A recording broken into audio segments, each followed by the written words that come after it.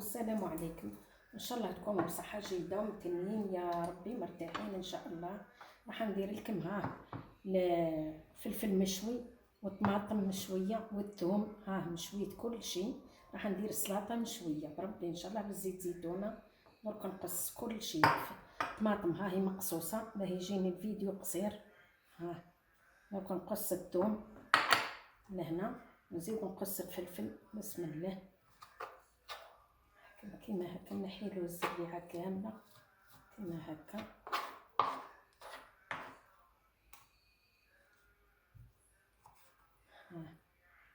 كيما نقصو كيما هكا نقصيه رقيق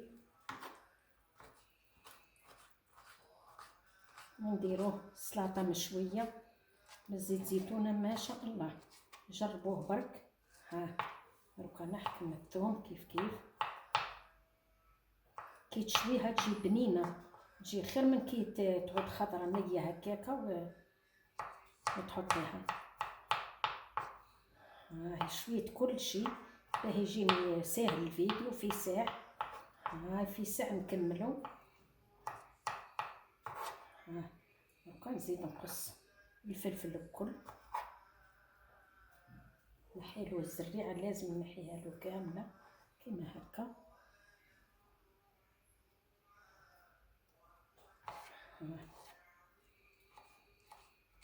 دروكا نكمل كيما هكا من بعد نرجع لكم. بسم الله. دروكا هاي الطماطم نحط الطماطم نحكمها كيما هكا ونحط الفلفل.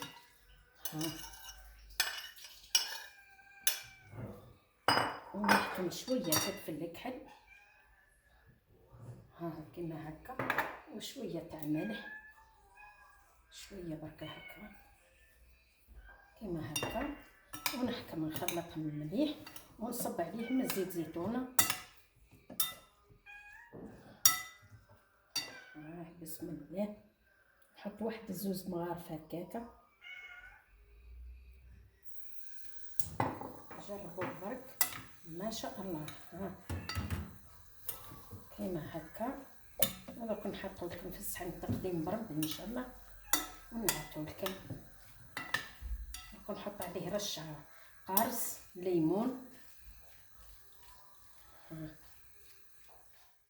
درك نحكم نعصر كيما هكا القارص الليمون كيما هكا مليح.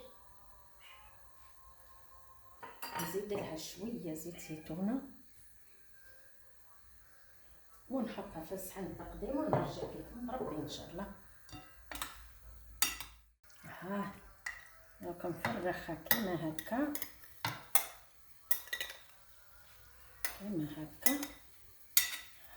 ما شاء الله ان شاء الله تجربوها برك كيما هكا.